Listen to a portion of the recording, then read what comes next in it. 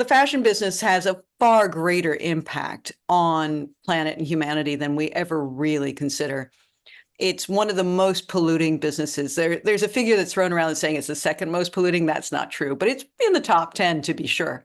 And if you think about it, the many reasons why, it's whether it's the agriculture and the chemicals that are used in growing cotton, one for conventional cotton, it's 1 kilo of chemicals for 1 kilo of cotton, herbicides, pesticides, defoliants, so they can pick the cotton easier, things like that. Then you have the petroleum-based products, the fabrics that are made from petroleum-based materials. And then you have also just the overproduction and the waste management of fashion today. We produce 100 billion garments or items in the fashion business every year, and we only sell 80 billion. There's 20 billion that go unsold. Well, what do you do with them? Together, we go out there together. Well, good to see you back here on another edition of On the Pulse. I am Patricia Falco Beccalli, your host. And today we have a very special guest from a sector that I've actually never looked at. We are going to look at fashion and the beauty of fashion as well as the beast of fashion.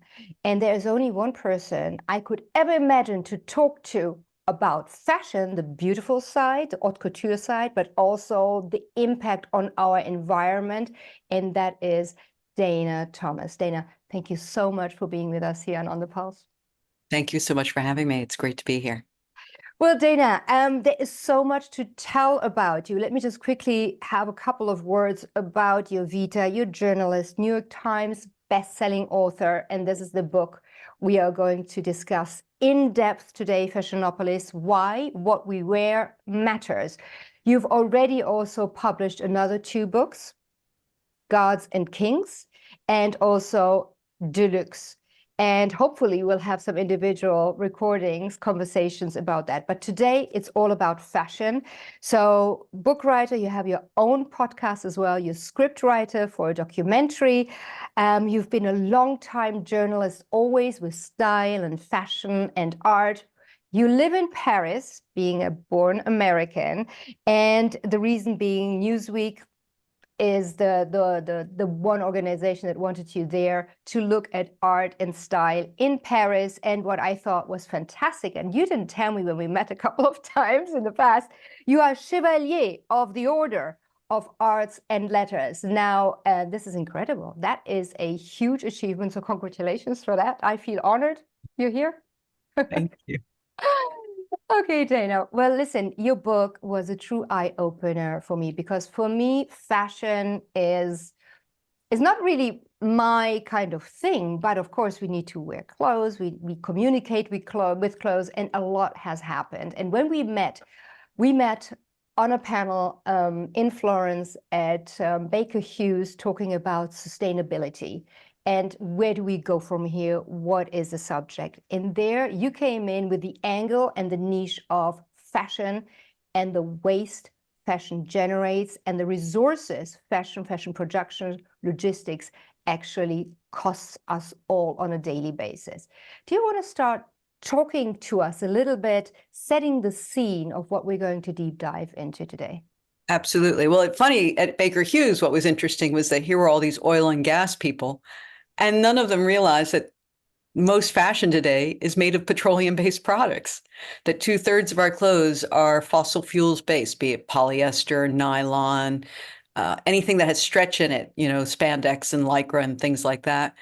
Even neoprene that surfers wear, though there are surfers who are trying to find an alternative because they spend so much time in the ocean, they'd rather wear something that doesn't hurt the ocean. So it was very interesting to inform them that they're trying to get carbon out of their businesses, but in fact, nobody's really thinking about it in the fashion business, and we should be, because it's 2/3 of our clothes contain these fossil fuels. And in fact, the fashion business has a far greater impact on planet and humanity than we ever really consider. It's one of the most polluting businesses. There's a figure that's thrown around saying it's the second most polluting. That's not true, but it's in the top 10 to be sure. And if you think about it, the many reasons why, it's whether it's the agriculture and the chemicals that are used in growing cotton, one for conventional cotton, it's 1 kilo of chemicals for 1 kilo of cotton, herbicides, pesticides, defoliants, so they can pick the cotton easier, things like that. Then you have the petroleum-based products, the fabrics that are made from petroleum-based materials. And then you have also just the overproduction and the waste management of fashion today. We produce 100 billion garments or items in the fashion business every year, and we only sell 80 billion. There's 20 billion that go unsold. Well, what do you do with them? You have to destroy them somehow or throw them away, though, away is a place.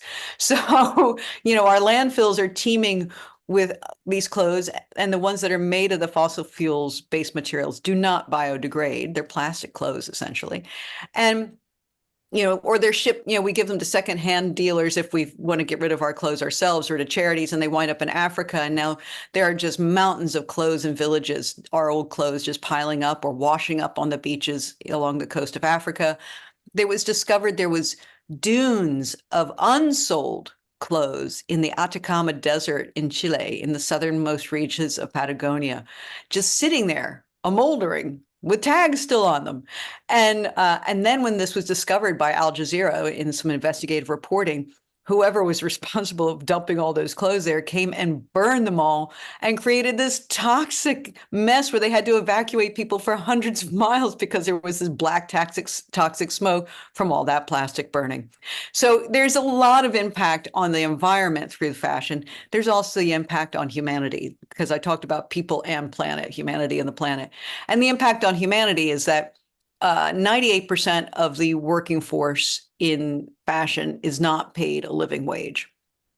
And a living wage is what economists calculate is what you need to house, clothe, and feed your family in the place that you live, not just like generally worldwide, but like if you need $100 a month in Bangladesh to live, you're paid 50, 100, a living wage would be 100 and you're paid 50.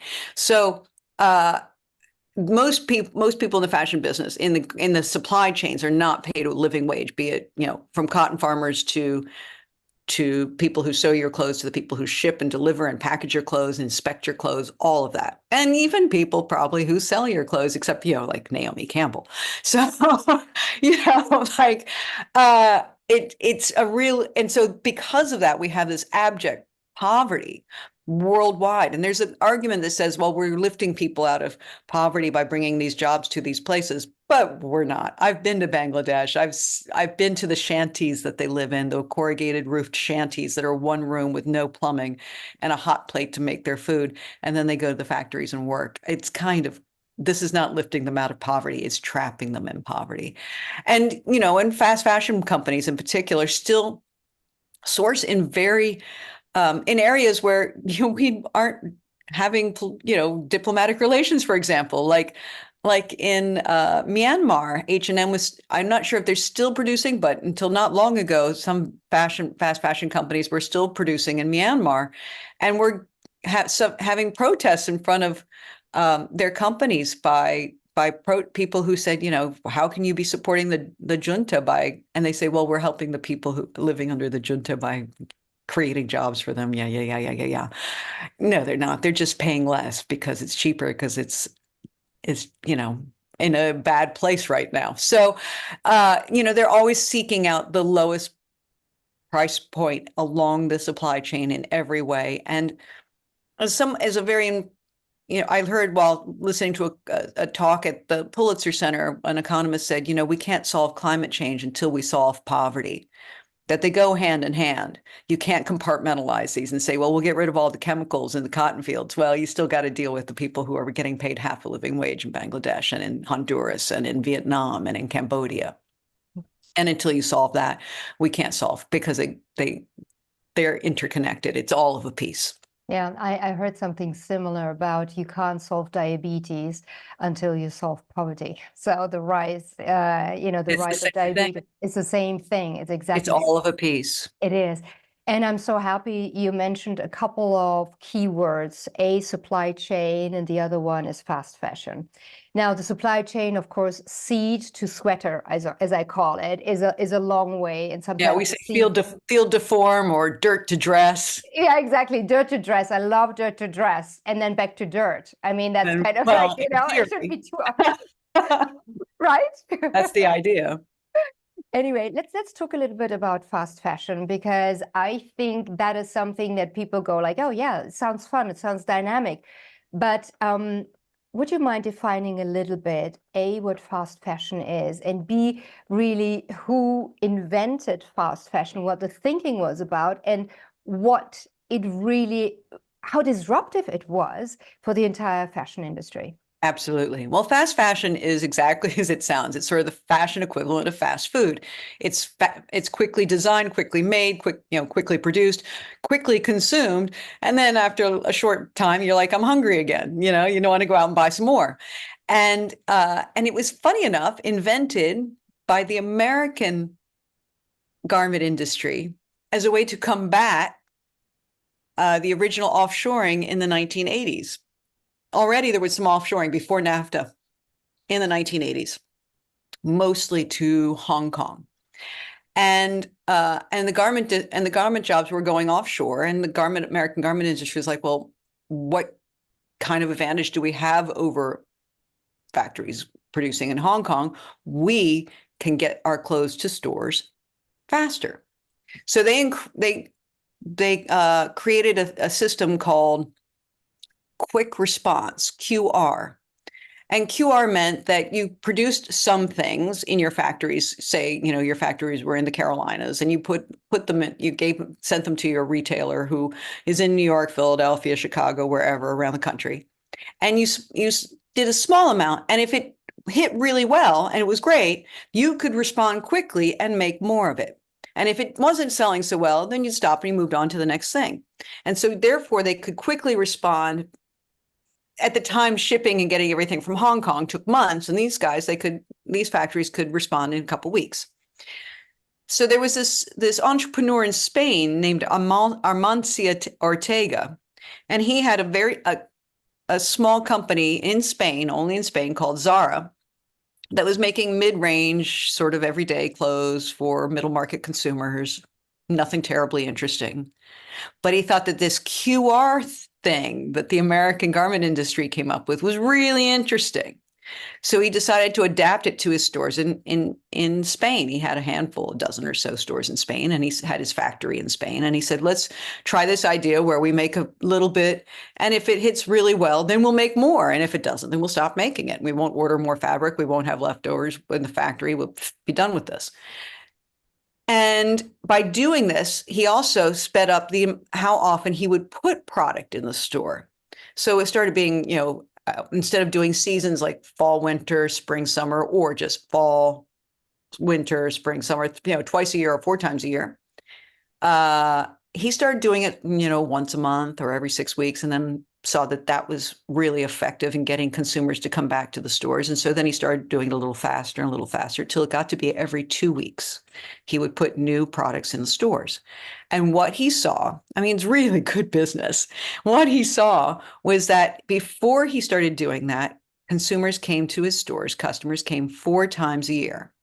And after he did that, they started coming 17 times a year because they were so wondering all the time, is there something new? Have I missed something? Because he would have things come in, but he'd also rotate them out. So he started luring people in the store more. And of course, when they came in the store more, they bought more.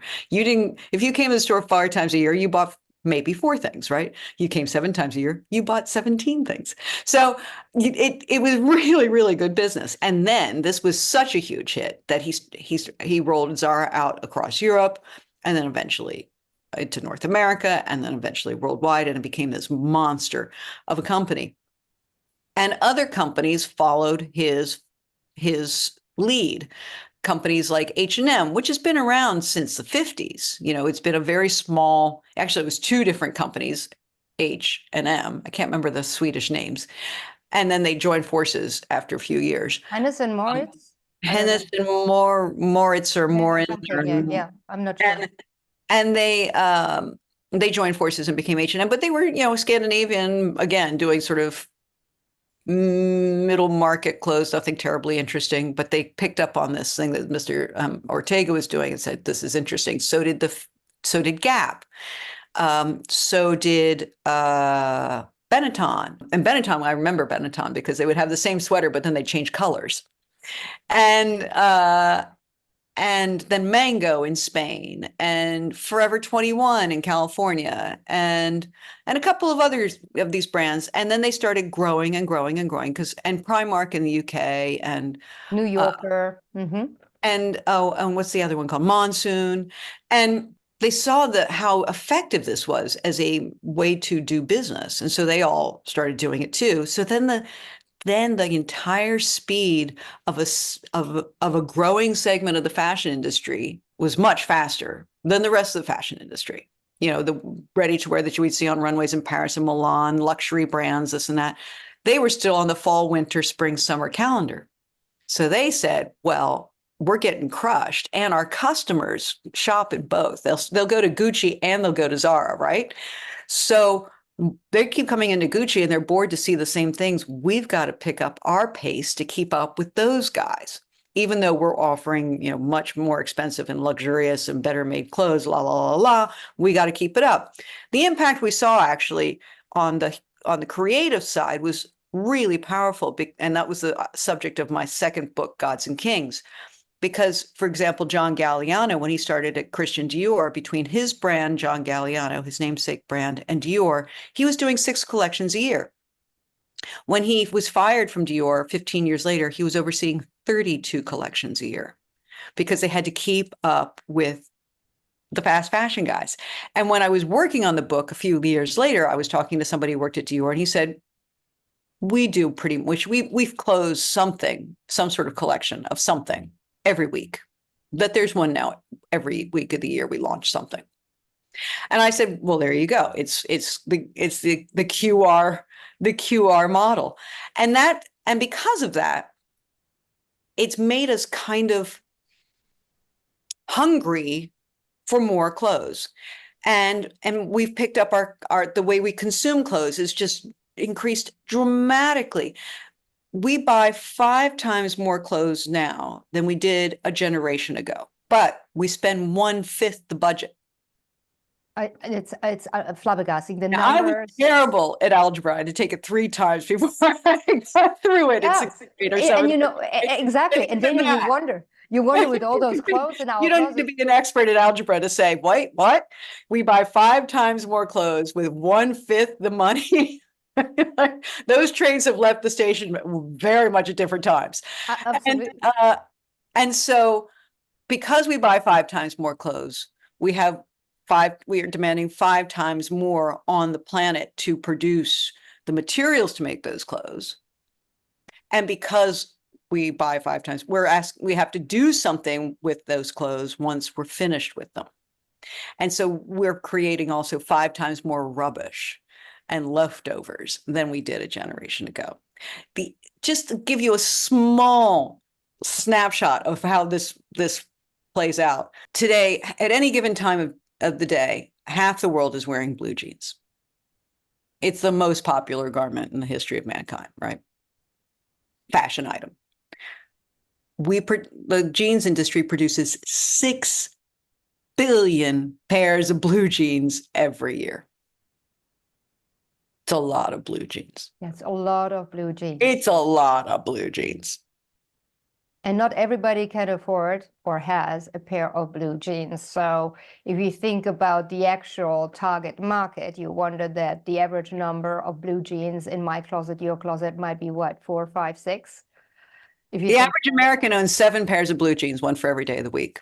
There you go. And blue jeans is such an interesting subject. You dedicated a whole chapter on blue jeans, the production of cotton, how, and Mr. Levi, of course, the creator of a certain, garment which has become so popular. Then indigo, the actual dye, and everything from, again, dirt to dress or whatever to jeans is extremely extremely toxic to our environment. It has a huge impact on planet and people. Tell us a little bit more before we get into the jeans business. What I wanted to look at in the fast fashion industry, I was wondering what you are describing these dynamics. I had to go faster and faster, a little bit like, the no-frill airlines. Once they came into the market, the easy jets, whatever they are called, the entire industry shifted and had to adjust and adapt and kind of somehow look for newer business models or different business models to compete, if not at the same level. But, the money goes either there or it goes there. It doesn't go everywhere at the same time. And this constant stimulation, because at the end of the day, what you're describing is if I know a store every 2 weeks has a new collection for me and I can buy it at a fraction of the price than I would pay even in normal shops, let's say normal brands, mid-sized brands or whatever, you just go to lurk. And if you lurk and you see a pair, a nice jumper, a color you may just fancy for 20 euros, $20 or 20 Swiss francs, you just pick it up because it's less than maybe a lunch around the corner with a friend, right? Exactly. It's interesting because what happens is that we get this sort of dopamine rush from shopping. We call it, retail therapy. In Britain, they call it the thrill of the till. And it definitely does that. And then there's also this fact that clothes have never been cheaper than they are today. And say you spilled something on something that you bought from H&M or Zara, it's cheaper to replace it than it is to get it dry cleaned. So you just go out and buy another one or something else. And the reason it's cheaper to replace it than to dry clean is because they're paying their supply chain, the workers so little, and they're paying the suppliers so little, and they're paying the farmers so little. And even by paying so little and charging so little, they're still getting wildly wealthy. When I was writing the book, Mr. Ortega was the second richest man in the world. So the margin is still there. People sewing his clothes in Bangladesh were getting paid $68 a month, and he was worth $68 billion. I mean, that's crazy. It tells you everything, right? It tells you everything. And the heads of the owners of all those fast fashion companies, of fast retailing, which is Uniqlo, and the family that owns H&M, and the family that owns Gap, the Fishers in San Francisco, and and of course the Ortegas of Zara. They're all in the top 50 to 100 richest people in the world, usually in the top 50. The Fishers may drop down a bit because Gap hasn't been doing so well, but otherwise they're all among the wealthiest people in the world, like a lot. They're all billionaires. So clearly it's a profitable business to be doing this. Now, the interesting thing that when I say clothes have never been cheaper than they are today, you go, oh, what do you mean? How can that be? I was doing research for the book and came across this really terrific article about Hattie Carnegie, who was the retailer of New York City in the 1920s, 30s, and 40s. She was it. And during the Depression, during the 1920s, she was selling these beautiful Dior's and Chanel's to her clients, her very rich clients who had their places out, the Great Gatsby ladies. And the Chanel's were costing between sort of $900 and $2,000 a Dior. No, it was before Dior. So the Chanel's, the Poirets, who else was making clothes then? She mentioned a couple other names. And maybe it was Madame Vionnet. But clothes, the beautiful couture, French couture, between $800, $900 and to $2,000, $3,000. Basically the same price you're paying today, right? Which is kind of crazy considering how much you were paying for a gallon of gasoline and you were paying for bread. A gallon of gasoline was 10 cents. It's now $5. A loaf of bread was, a couple cents. And now it's how much? And I went back and checked and showed that, here's how much a pound of ground beef costs then versus now versus price parity. Yeah. Mm-hmm. Price parity. Mm-hmm. So then came the Depression and the stock market collapsed, and it was the worst economic time in the history we've ever known.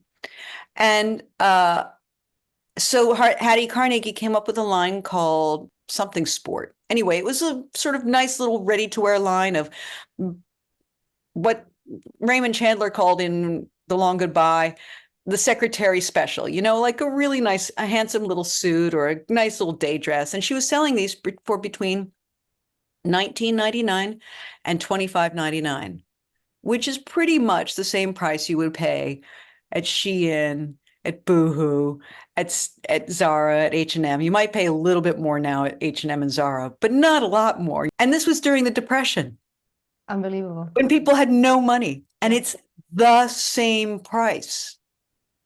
So that shows how little we're paying for clothes today, that compared to everything else, it's like nothing. It's just nothing. Yeah. That's why we're buying 5 times more. We actually used to spend, when you do those pie charts of how much you spend on your home, your car, your groceries, the World Bank will do that on your asset allocation, basically. Where do you budget your budgets, items in your basket? We used to spend about 1/5 of our budget on clothing. Now it's in single digits, but we're buying 5 times more. Yeah, it is quite amazing. And if you think about the entire debate, what did Ortega do from Zara?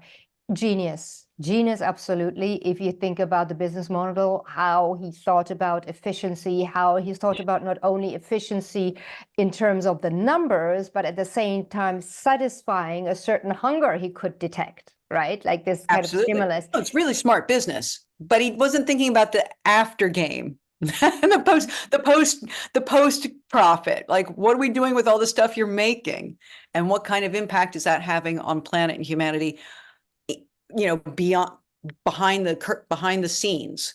And it was pretty devastating. He wasn't thinking of it in a holistic way. He was thinking about it just in looking at specific spreadsheets and saying cool, and banking it very well indeed. But looking at the consumer, are they thinking holistically? Are they thinking, if I can buy a dress for $19 and it's a full-blown dress, which is fashionable, because that's another thing, like copying from the big designers, certain designs, affordable, every 2 weeks. Why not? Exactly. The why not? You don't think about the impact, and that's one of the reasons I wrote the book. I mean, I wanted to not put the burden on the consumer, because we shouldn't. It's just like the whole idea of the carbon footprint. You know who came up with the idea of the carbon footprint?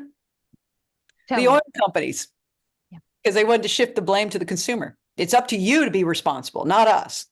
So it's the same thing with the fashion industry. I did not want to do that. I did not want to make it the onus on the consumer to feel guilty for buying into this marketing plan executed directly with them.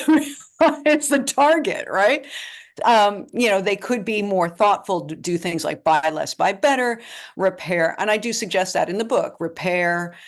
If something gets ruined, fix it. A friend of mine who's in the fashion business said, you spilled coffee on your shirt and you're like, oh, it's ruined. Actually, no, dump the whole shirt in coffee. And now you have a brown shirt instead of whatever color it was. Creative. I like that. And she said, do the same thing when if you can't get the red wine out of your tablecloth, and just dye it with red wine. And, think about other ways of reusing things. In the old days, in the 70s, we used to take, when our jeans got worn out, then we turned them into cutoffs. Like nobody does that now. They buy the cutoffs. It's like, no, make your own cutoffs from your old jeans. They fit you better anyway, and they always look better. So I do make those suggestions so that consumers can be more implicated in the solving of this problem, and not create more without thinking, being more thoughtful and being more what's that word everyone says? Mindful. And be spiritual mindful about of the consumer purchases. Yes. But in the end, it's really on the businesses to stop overproducing and to start paying people what they're worth. Yeah, I think, it's exactly what you're saying. You don't really know where to skin the cat from. Is it the consumer? Is it the producer? Is it, the human rights issue? Is it the ESG issue? I just know, for the first time, when I started living in London after university, I didn't know about Primark. And I tell you, with your first job, basically no money, you walk into Primark and you feel rich. All of a sudden you can afford. You can go through a shop without saying, yeah, maybe next month. Oh, I need to save up for a couple of months. And it is exactly what you're saying, the thrill of the till that you only spend 50 pounds, but you come home with 2 shopping bags rather than with half a jumper, right? Exactly. That is extremely intoxicating. It gives you Absolutely. power. It gives you the sense of, okay, I'm worth, you look different, you're styling yourself. And that's as far as you look when emotions are concerned. I think it is an extremely human kind of experience and also problem in that sense. Now, looking at, being also a business owner and entrepreneur, I can understand Ortega. And if I had a chance to learn from him, carta e penna, what he does and how he does run his business, I would just be quiet and learn, whether good or not at that point. But from a business model point of view, the way he structured it, the way he made it, just that kind of very toxic or not. Now, let's just keep that on the side. Just from a business sense, capitalism sense, is quite incredible. The downside, of course, is if you start looking at the issues of the sweatshops. And the sweatshops we're not talking about, as I learned from your book, something that is quite recent, and it is in Asia. That is something you started already seeing, what was it, in the 19th century in the UK? Oliver Twist. There you go. Charles Dickens wrote about sweatshops. What I find, I often think is, if I could, like, people say, what's your perfect dinner with historic characters? And for me, it would be to sit down at a table with Charles Dickens and Frederick Engels and Karl Marx and say, you're never going to believe what I'm going to tell you here. That what you were writing about and complaining about 170 years ago is still happening. And just watching the look on their faces. So will it ever change? They would be like, you've got to be kidding. You've got to be kidding. 170 years later, we were campaigning about this in the 1850s. So will it ever change, Dana? Do you think? The only way it's going to be able to change, and this is slowly happening, is through legislation. Because one of the things I learned is that fashion, along with being one of the most polluting, is one of the least regulated. Like the auto industry cannot do the things that the fashion industry gets away with. The airline or the airplane aeronautics industry, absolutely. There's questions of safety but factories in the fashion, as I write about, they work in shoddy factories that collapse on them or catch fire. That fire exits are chained closed to stop people from stealing clothes. I mean, things that would just never be allowed in other industries. Nobody blinks at in the fashion industry. And also using toxic chemicals, dumping those toxic chemicals straight into waterways. And, all these things. There's hardly any. I visited sweatshops in downtown LA, in a building that anyone can walk in night or day, where there are dance studios and art galleries. And then there's a sweatshop next door with the doors open, and you see people in there working for $2 an hour instead of the state minimum wage of $15 an hour. And this is in the heart of downtown, blocks from City Hall. Where are the inspectors coming into this building and saying, who are these people? What are they being paid? And looking at all the cloth on the floor and the threads and the dust. And it's such a flammable and dangerous situation. Where are the inspectors? They're super hyper on restaurants, but they're not paying any attention to the people making your clothes. How come, you think? How come, Dana? Because there's no regulation in place to enforce it. I saw a fire escape that was only halfway down the building. I'm like, wait a minute, what is going on here? But it's not on, they're hyper. The health department's crazy about restaurants, but fashion has no regulation, so there's nothing to enforce. So they don't have any people looking to enforce anything. They don't have anybody checking on the factories because there are no laws to be enforcing.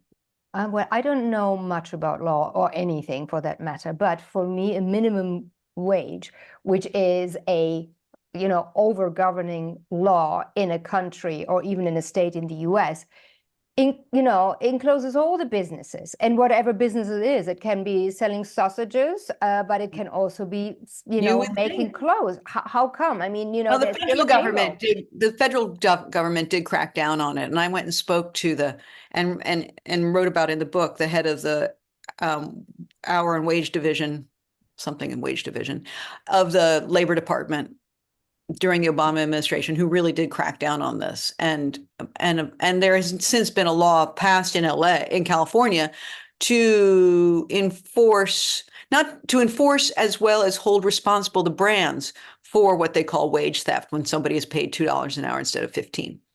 And this is huge, because before the brands used to say, not my problem, my contractor subcontracted somebody else and I lost track of my supply chain, which is ridiculous. I mean, it's one thing if it's halfway around the world, but it's just around the corner. So if you've lost track of your supply chain in downtown LA, you're just not paying attention to your company. And That's too much traffic. It's too much. that's bad business. Okay? Yeah, I don't think so. Yeah.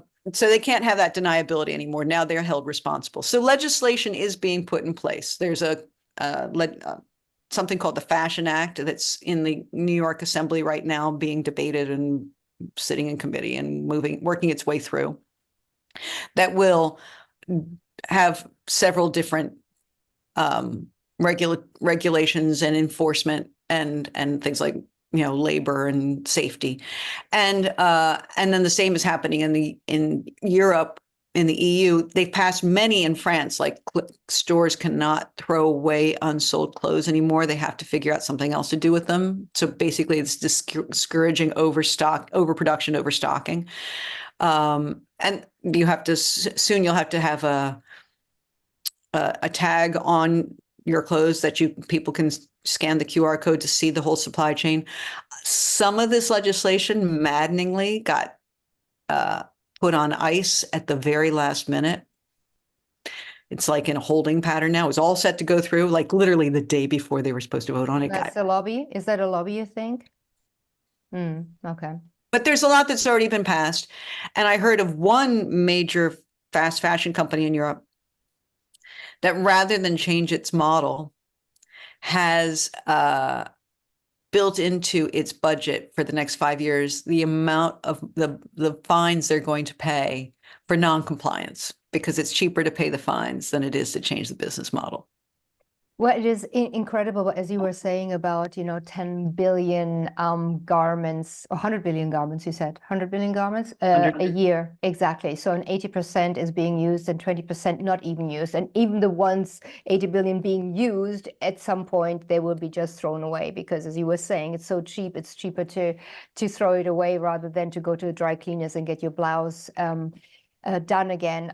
It is quite incredible. And where does this waste really land? I mean, what do companies do with it, the producers, but also the retailers, and also us consumers? What are the trends there? Well, there's a bunch of different things that happen. There's sometimes, like, I have a friend named Amy Odell who writes about this a lot on her Substack page, Back Row. Stores, she did a great one on a department store in Miami who would take their stock that they didn't sell, everything, shoes, jewelry, all sorts of stuff, and just throw it in a dumpster in the back. And if you want to go dumpster diving, you go dumpster diving and find genius stuff. And they might throw like boiling water on it to kind of ruin it, so then it would not be appealing, but they just toss the stuff. And so that happens a lot. Burberry got in huge trouble public relations wise a couple of years ago when they admitted that they burn their unsold clothes. They revealed this in an annual report, and somebody actually sat down and read the annual report. And apparently it had been in the annual report for years, but nobody had noticed this. And suddenly somebody picked up on this and said, what? But like I said, I wrote this in a book in 2007. So this has been happening for a long time. But they got hammered for that. Famously, H&M also got in big trouble for soaking a bunch of clothes and letting them go moldy, and I don't know, and then said, oh, we can't do anything with them because they're moldy. Now I think H&M does something where they incinerate them, but then they use the power, that power from the fire from the incineration goes back into the power network. So this is supposed to be seen as green, but in the end, it's not. I mean, think of all the resources they used to make all those clothes that didn't get sold that need to be burned. It's like, really? I mean, it is the drilling of the oil for the polyester. I mean, yeah, seriously. I mean, it is, it's not funny, right? You just think No, it's but I so mean, unbelievable, and that you think, and so much ends up in landfills and also landfills, and then, like I said, it goes to Africa. There's so much that actually a band of countries got together and said, we don't want your clothes anymore. You have to keep them. We're awash in your clothes and your handbags and your shoes. And this was during the Trump administration, and the Trump administration retaliated on behalf of American fashion brands and said, if you don't lift this law, then we'll start a trade war with you. And so many of them buckled, but a couple held on, God bless them. And said, it's too bad. We don't want your clothes anymore. Keep your clothes. The good thing that's coming out of this, but it's infant, it's like minuscule, is that Dom Ellen MacArthur, the sailing champion, has started a foundation on the Isle of Wight and is championing the circularity in fashion through her foundation, meaning that instead of living this linear way of consuming that we've been doing since the beginning of the Industrial Revolution, of make something, use it, throw it away, or as we say, make, take, waste. We live in a circular way where it's make something, use something, recycle and remake it, use it, recycle, remake, use, and you go around in circles, keep it going like we used to do before the Industrial Revolution, because we only had so much of fashion, of use, clothes in general. Yeah, yeah. in general. And so we weren't wasteful because we didn't have much. So there's this movement in circularity. Alas, only about 1% of all clothes are recycled today. It had gotten up to about sort of 5 or 6. And then after the pandemic, during what we were calling revenge shopping, and people just like feeling like they needed to go out and boost that dopamine by shopping, it dropped back down to like 1% or 2%. But what is clicked is some really cool startups that are taking these leftover clothes and recycling them in different ways. There's a company in Italy called EcoNeil that will recycle all nylon and turn it into virgin quality nylon. And he's not just taking clothes, he'll take old like hotel carpets. All those carpets in offices and hotels are made of nylon. And he'll regenerate that and he'll say, and that becomes your bathing suit. Or then I know somebody else in Seattle, a company called Evernew, that's doing this with cotton. And they'll take old jeans, old sheets, towels, all cotton, and break it down to its molecular level, regenerate it as new cotton. And then somebody else in England is doing the same with polyester. Now, this is a way to keep these materials in circulation so we don't need to keep growing so much cotton, because the GMO cotton is just producing too much, and it's unnecessarily too much, just because we're trying to keep up with overproducing clothes. And we don't have to drill so much oil to make virgin polyester and virgin nylon anymore. We can just keep what we have in circulation, which is good for the oil industry where we started, because they keep saying we're going to drop down on drilling. So I don't believe it, but that's what they say. And so this is one way to cut.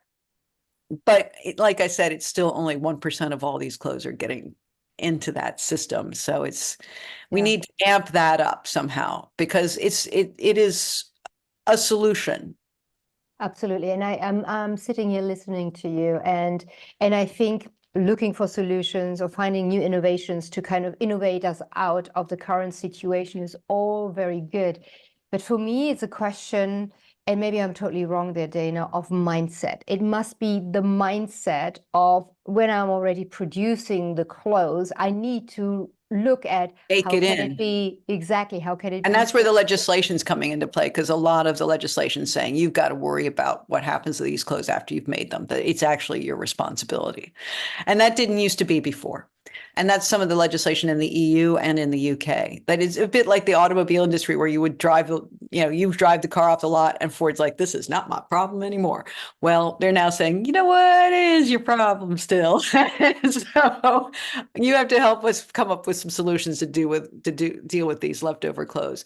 Another thing that's really cool in the innovation area, and I spend the last third of the book talking about all the cool innovation, is the movement in biomaterials. And I'm going to write more about it on my Substack newsletter later this month for Earth Month.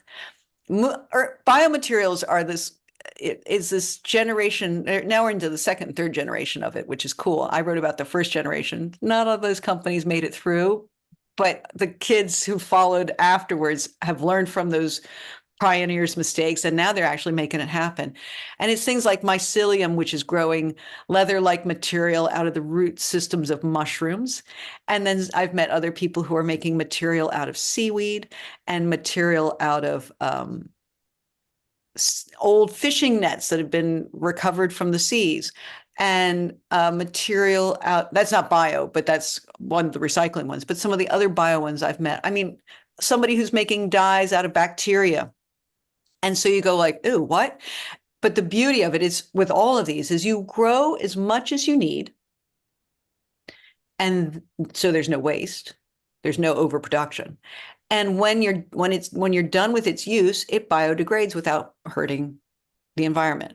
Oh, there's a couple of companies doing biosequins. This is super interesting. So biosequins are made out of like biomaterials and bacteria and things. I can't remember exactly. Maybe one's seaweed. I can't remember. They're using all different kinds of materials, but they're all biomaterials. And the reason this is important is because sequins are plastic, and plastic doesn't biodegrade.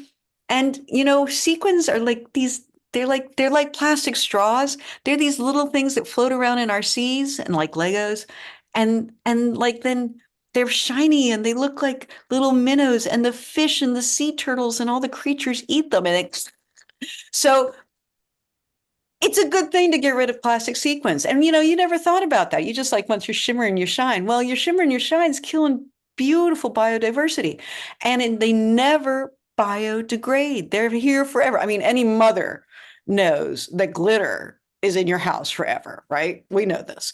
But sequins are the glitter of nature. They're in nature forever. So biosequins is a huge business and it's on the verge of taking off. It's like they're scaling up now thanks to incubators and investors to getting to the point that they're making enough to actually have an impact on the fashion industry, and that the fashion industry can start sourcing biosequins. Stella McCartney's been using them in her collection, and she had a couple really great outfits for fall winter that are made with biosequins. So it's very exciting. And she also had leather-like trenches made out of different biomaterials that look like real leather, and they're not, and they will. And the beauty of biosequins as well is it's like they're not going to disintegrate if you get caught in a rainstorm. It takes about 3 or 4 weeks before they start breaking apart and getting back into nature. So they're solid enough that you can wear them out to a party, and if you get sloshed with champagne, your dress won't evaporate.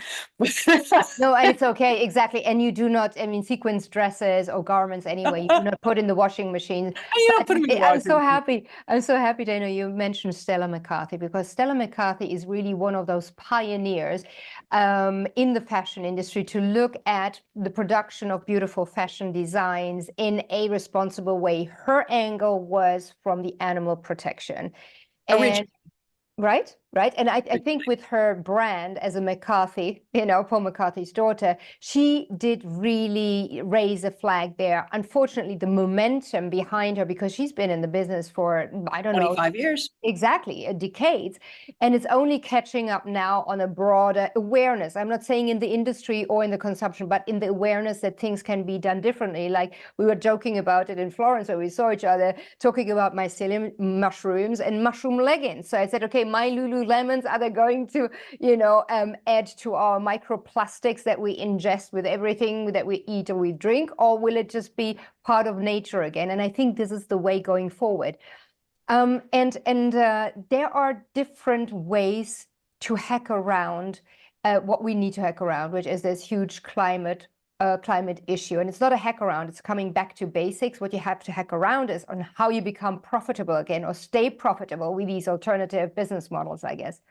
Slow fashion is something I definitely want to move on to, because fast fashion, fast food, fast fashion, slow food movement, is around, and slow fashion. Slow. What would you say is slow fashion really something that is viable, or is it just, the juxtaposition that had to come up as a no, you can do things differently? Is that a model to look at? Yes, absolutely. And it's actually in the end where we should all be going, and not just in fashion, but in everything. Anyone who's been paying any attention to business economics knows that one of the words that's bandied about a lot, especially at places like COP, is degrowth. And slow fashion is essentially the degrowth model of fashion. It's the antithesis of fashion. And the idea is going back to the pre-industrial revolution way of approaching the making and buying and wearing of clothes. But doing it with a modern technology and approach. You could be using, robots, but you're just not making more than we need. And you're making things that are solid and are meant to last. So the person I profile in the book who does this is Natalie Channon of a company called Alabama Channon in Florence, Alabama. And she used to be part of the big fashion machine. She worked on 7th Avenue in New York. She worked in Europe. She worked for big companies, big fashion companies. And she was like, she saw things she didn't think were right. She got out and she went back to Florence, Alabama and started this company where she only works with organic cotton. And at one point, they even grew their own cotton, and that was kind of cool. And she works with local seamstresses, and they make they don't make it by hand because they'll use a sewing machine, but they stitch a lot of it by hand using quilting stitches that are from the local, the quilting bees of Alabama. And everything is made to order. Now, this is not haute couture where, you're going to Chanel and you're paying $100,000 for a gown. This is, it's not cheap, but it's good quality, everyday clothes, really beautiful quality. So the organic cotton, of course, feels better against your skin, looks better, lasts longer because it's a stronger, healthier cotton. Organic cotton is just healthier cotton, just like organic vegetables are a healthier vegetable. They're not boosted by all these chemicals and genetically spliced and everything else. So, the filaments are longer and stronger. So organic cotton jersey is a really great fabric. Plus it looks good. So she uses that. And then everybody's sewing everything. You order what you want and say you order it on Monday, then the order comes in on Monday. She hands off everything to the seamstress on Monday, and the seamstress makes it in the next 2 or 3 days, and it's shipped to you and you get it by the end of the week. Not much longer than if you ordered it, from Matches or Net-a-Porter and it'll be numbered and it'll be signed. Oh, that makes it very exciting. And they're classic, beautiful shapes that you kind of just want to wear forever and live in forever and keep forever, and they'll last a long time because they're made of such superior materials, and they're made well because they were made with intention and not just fast. So this is the slow model. And so, of course, therefore, there's not any inventory to destroy or leftovers because everything's made to order. And of course, it's a smaller business and she's not getting wildly rich, but she says, I live a very comfortable life and I own my house and I drive a Prius and my kids go to public school. But, we look after our people. We pay them well. Everybody's living a good life. I'm not just the only one here who's getting rich in this equation.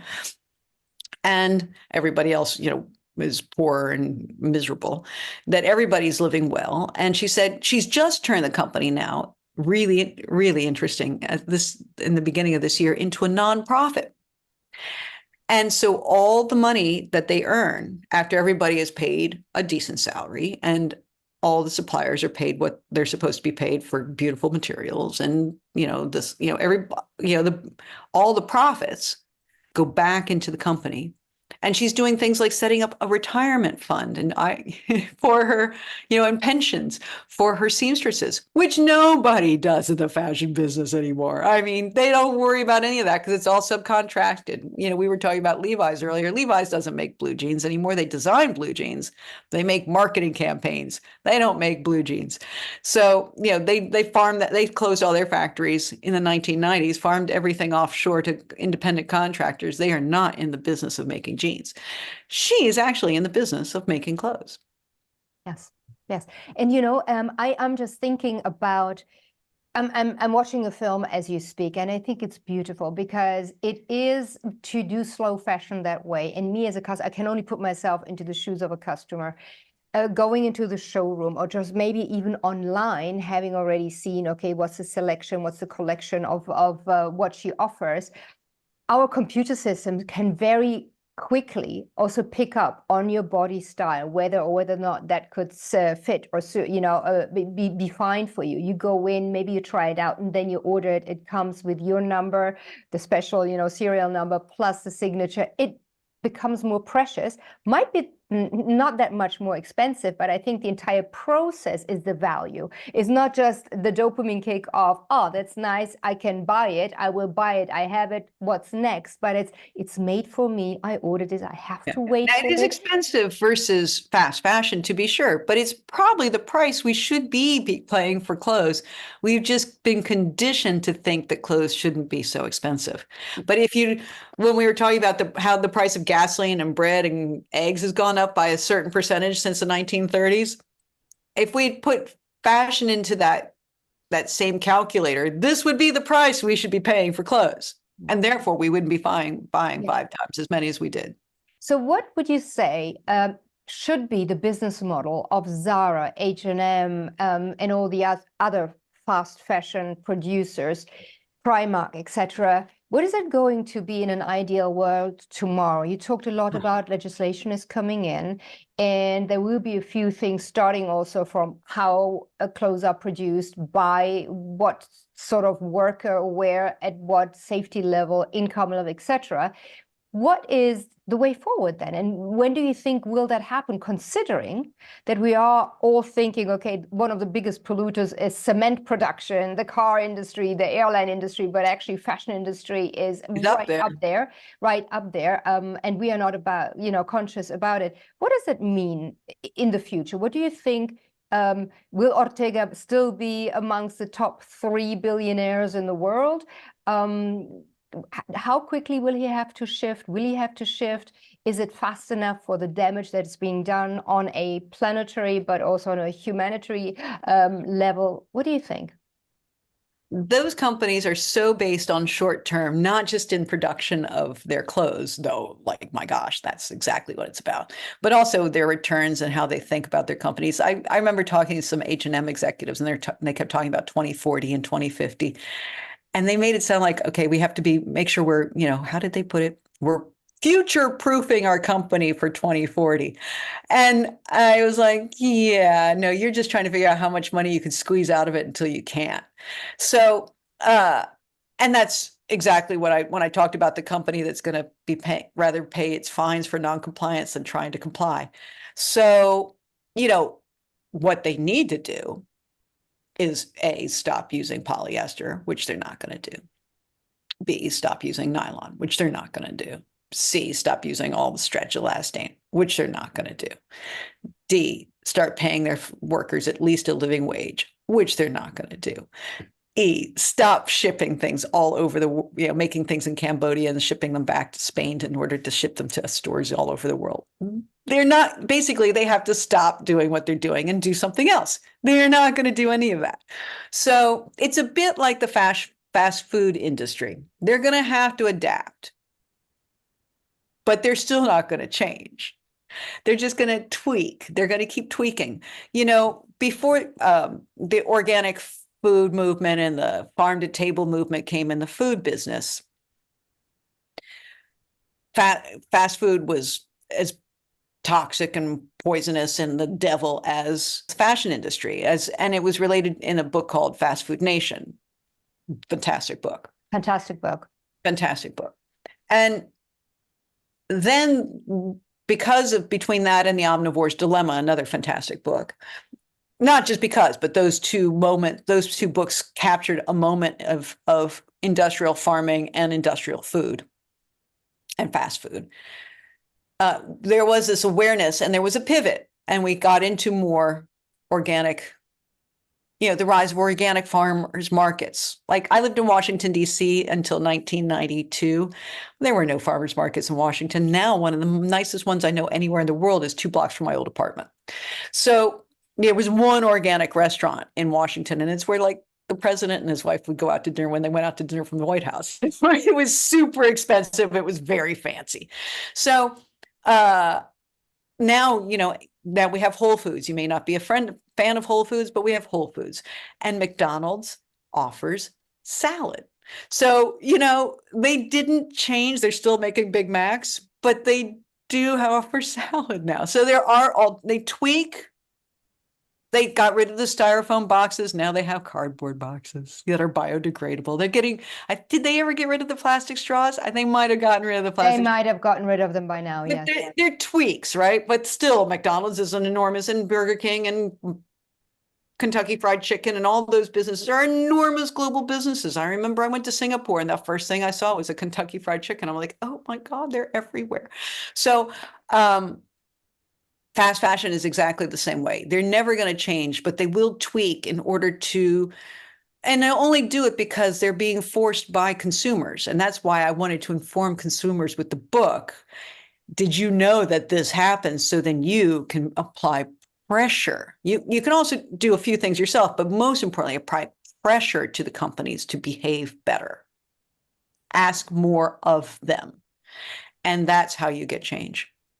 I so agree with you. That would have been my next point, saying, yes, I do see that, the offer needs to be responsible and tweak and this and that, but ultimately buyer be aware and just not buy 5 clothes of the same style or whatever, but just buy 1 or 2 and then maybe a bit more expensive. You can put a lot of pressure because where you put your money, the money flows into exactly that. I mean, there's this saying, you have the good wolf, you have the bad wolf, and the wolf that you're feeding most will be growing. So if you continue feeding the fast fashion industry by your purchases, well, that is the way it's going to run. Exactly. As we used to say, we have the power of the purse. Yes, the power of exactly. And if I'm a business, I can't sell my products anymore, then I better listen to not the legislators, but to the people. But the people. And it's going to be a combination of both. If the legislators say you can't throw away unsold clothes, you got to figure out how to not overstock your stores and yet still run a tighter ship. Basically, you need to learn how to run a tighter ship. And in the end, while we may admire Mr. Ortega's business sense, overproducing and having leftovers is bad business. It's bad business. Bad business. Waste is bad business. That's money you spend in your stock, in your production, in your factories, in your human resources, and it's not coming back. And it's interesting. In the food industry, my brother was a chef. If you had any food waste, you were running a very sloppy kitchen. No food waste. Absolutely. No, I mean, I'm invested in a restaurant chain, and you would not believe how meticulously it is calculated on a regular basis to have as little food waste as possible. Of course, you need to honor your food and the production of the food itself. It's a sin to throw it away, but definitely on a business sense. And if you in the kitchen, there's no food waste. If it can't go in the stock pot, then you've got a problem. Exactly. And you can't give it away either. A little bit like with the fashion, you have to destroy it because otherwise you have a line of people just waiting, never buying your food, just waiting until you start giving it away at 5:30 in the evening. I mean, literally, it's a bit like that. No, but let us look and perhaps also start wrapping up our conversation on this one, even though, Dana, I could talk to you for years on this one, not only on this one, mind you, is what you can do now. And I loved that you have this part of the how-to, because one thing is very educational from a history point of view, from a fashion industry point of view, from a humanitarian point of view, and of course the ecological side of Fashionopolis, your book. But then I go, okay, I'm very well educated, but how can I make a difference? Me, myself, and I, and hopefully on a daily basis. What would you say? You have 9 points here. Are the three most important where everybody can chip in right now? Dopamine kick dependent or not when they go out shopping, and that could really change the dial a little bit. Well, like the silliest, most basic one, which I changed, and I know other people have done, and it really does work, is that when you wash your clothes, you wash them on the short cycle with cold water. They will still get clean. They will be fine. Dirty. I mean, we're not dirty, honestly. We live in our offices most of the time. Hello. Stop boiling your clothes, because there's three reasons why. When you boil your clothes and they're made with one of these fossil fuel synthetics like polyester, say fleece, like, your gym clothes, they released microfibers when you wash them, and the hotter the water, the more microfibers are being released. Now you go like, oh, how many? It can't be that many. Would you imagine that each load of laundry you do with hot water is 1 million microfibers? No way. Amazing, right? Person, 1 million. Okay, how micro is a microfiber? 1 million. So, and these invisible microfibers, and they're getting in our fish, they're in our seawater, they're in our riverways, they're in us because we eat and we breathe them, and they're everywhere. So, if you wash your clothes on cold water, you're releasing less microfibers. You're on the short cycle, therefore you're spinning them less, so you're releasing less microfibers, right? You're also not killing your clothes. So when you're boiling them in hot water and you're spinning them and washing them for an hour on the long cycle, you are cutting down the life of your clothes so dramatically, and especially your blue jeans, which do not like to be washed. This way, the colors will last longer, the fabric won't be beat up, the elastic won't die. How many times have you taken it and go like the elastic, right? You're not killing the elastic because it really doesn't like to be boiled either. And you're not spinning it to death and killing it, right? So cold water, short cycle, they will get clean. Your clothes will last longer. They'll look better because they won't be faded. And you're not releasing all the microfibers. So there are your three impacts there. The second thing is, if you don't have to throw things in the dryer, don't throw them in the dryer. Just hang them up.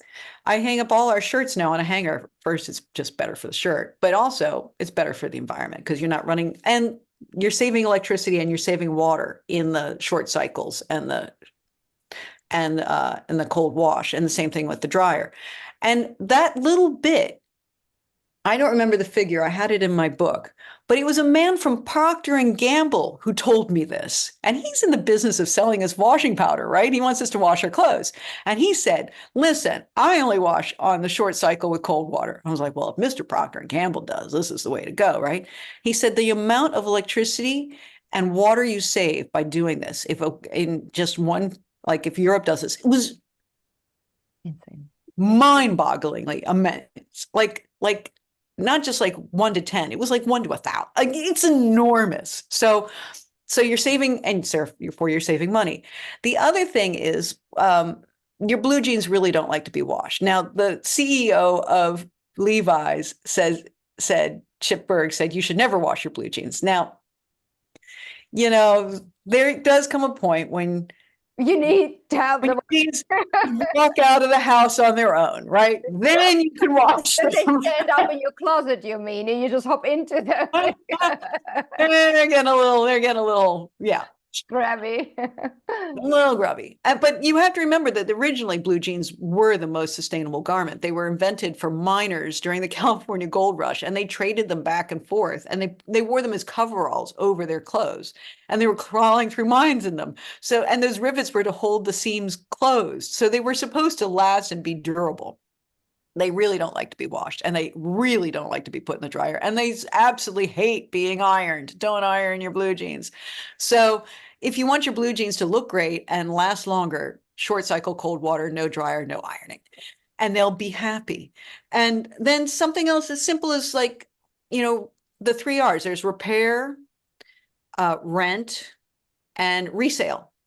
So repair is exactly as it sounds. Like, if you tear it, take it to the seamstress and get it stitched up. And you can do repairing like what we call visible mending. It's a bit like that beautiful practice in Japan where you break a a Yes. beautiful vase, and then they seal it with gold. So Mhm. you see where the crack is and you've created something different. So you can do beautiful visible mending, embroidery to, to enhance something. Or like I said, over dye. I had a dress that I spilled some sunscreen on. It was kind of silly. And then I washed it, and then it got to fit. And I just like went out and bought a pack of dye and re-dyed the dress because I love the dress. So doing things like that, repair, resale, exactly that. Do not throw away your clothes ever.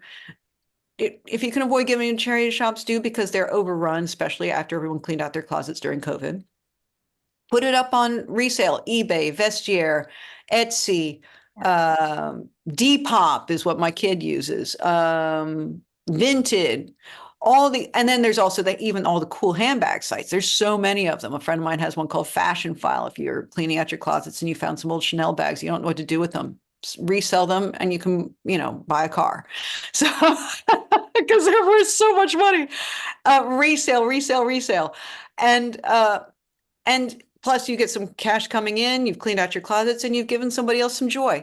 And then the same with rental. Now, rental's a bit weird and tricky. Some people were like, I don't want to rent. But for women, renting evening wear, for example, is great. I've done it several times where I'm going to some fancy pants red carpet thing down at the Cannes Film Festival. So I decided to be Cinderella, and I go rent a gown that I could never afford to buy. And if I did, I'd probably only wear a handful of times. And I'm like Cinderella. I wear it until midnight. I go home. I give it back the next day. And I looked fantastic. I felt like a queen. And off it goes. And if I really loved it, I can rent it again for a fraction, for like 1/10 of what it cost to buy it. And then it's not my problem anymore. I don't have to dry clean it. I don't have to worry about upkeep. I don't have to, it's not taking space up in my closet, and I'm never wearing it again.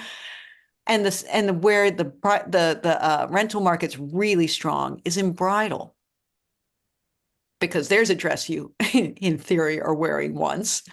And if you rent the wedding dress as opposed to buying it, you're getting the really good juju from the person who wore it before. You're passing on your good juju to somebody else. You're getting to wear the kind of dress you could have never afforded to buy, right? You say your budget was 500 instead of 5,000. You can get a $5,000 wedding dress for 500. Yep. And again, you don't have to worry about storing it in an acid-free carton and putting it in the attic. And then every time you move, you have to move it again. I say from experience. And I wore my mother's wedding dress. So we've already gotten 2 wears out of it. And I've kept it for my daughter, who's going to cut it up and use that beautiful material for something else. But that's circularity, that we're going to use it again in any way possible. So those are some of the just really simple, like low-hanging fruit, as they say, tips to how to live a greener life when it comes to your wardrobe. No, I love it, Dana. And it is so true what you were saying about renting clothes. And I have to say, I'm more of the, oh my God, I could never imagine. But if I listen to you and I imagine myself renting something looking absolutely fabulous and an incredible dress, nobody knows whether it's rented or not. It really is more my anxiety. Okay, it's not mine.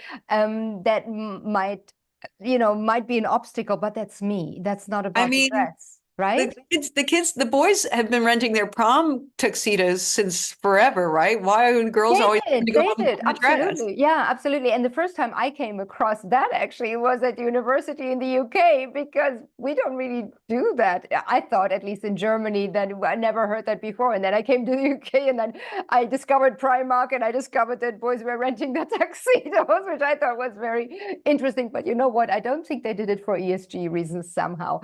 No. But, no, they didn't. Clearly, it's okay. So that's why I said even grooms rent their morning suit, because how many men wear morning suits, really? And or rent their tuxedo if they're not in this world of tuxedo wearing, where you need to wear one regularly.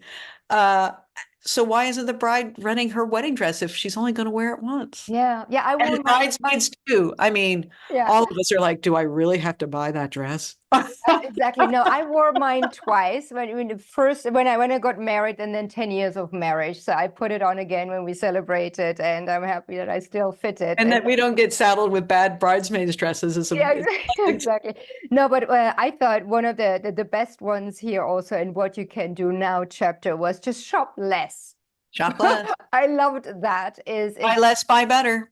Buy less, buy better, and also get your dopamine kick not from the outside all the time. Try to kind of get your dopamine kicks from something you generate rather than you acquire or consume, and then kind of like even feel like with fast things acquired, you go like, "Ugh," it's like the quick candy, and you go like, oh, why did I just do it? And you just get rid of it rather than, you acquire something. You bake your cake, you make it with love, with intention, with awareness, as you were saying, and then you indulge in it and you put it back. Actually, the next day it becomes better. And I think this kind of more intentional way about everything we do, but also fashion, is just something that this is why I was asking about the mindset. We don't have that kind of mindset yet when it comes to everyday fashion. For example, it was such an eye-opener, the whole blue jeans business.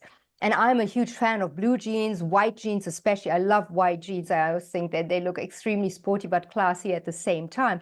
But had I known how damaging they are to our environment, I don't know whether I would have had so many, because they're also extremely cheap, and with the Alastan, they also fit, and there's so much to it as well.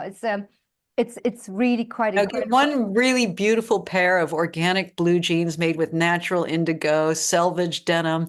They'll last you a lifetime. I mean, my blue jeans from the 1980s, which were so good, those old Levi's 501s that you had to break in yourself, and it took months and months to make them soft enough to like sit down without getting wedgy. My daughter still wears those jeans. I kept them, and they're great. And every time she wears them, people are like, oh, what are those jeans? They're fantastic. And she goes, they're the original mom jeans.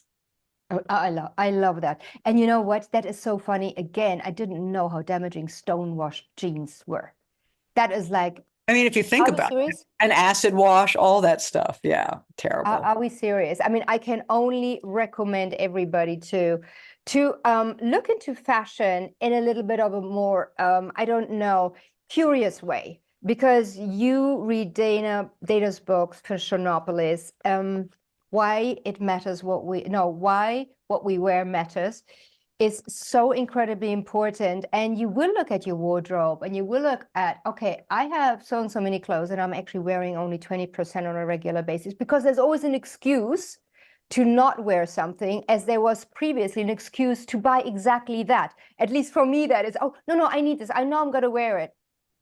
Never shop your closet. Shop your closet. Exactly. Shop your closet. That's another thing in your what you can do right now. Dana, absolute pleasure to have had you here, to have met you in February. Bless Lorenzo Simonelli getting us together at the annual meeting of Baker Hughes down in Florence, where we met on the panel. And I really enjoyed every conversation. I went through one of your books, loved it. The next two are on my to read list. Thank you so much. Leave us all with one big advice when it comes to fashion and your vision you think is going to come upon us all. What do you think? It's actually something that somebody shared with me, who's a fashion an editor at Vogue. She said when she goes shopping online, she looks at things, and if she loves them, or she thinks she loves them, it's like dating. She puts, she saves it, puts a little star, the heart, whatever it is, saves it, and leaves it alone for a week. And then she comes back and she decides a week later, does she really love it? So sort of approach shopping for clothes like you do dating a guy. Do you really love him? I love this. So not just out of the guts, kind of like reactive. Yeah. Thank you. Let's just circle back and take a second look at this, and then we'll decide. Which is also fun, because all of a sudden it's just not a transaction, but it's a process. You grow into it or you don't. But in either case, was it real love or was it lust? That is real love. Thank you so much, Dana Thomas. Thank you for your books. Thank you for your time. And thank you, my dear On the Pulse community. I hope you loved this conversation as much as I did. Took a lot out of this conversation. Make sure to give us a thumbs up, to subscribe as usual. And, well, I see you next time with another fantastic conversation. See you soon. Thank you. Together, we go out there. Together, we begin to share. Together, we find our way.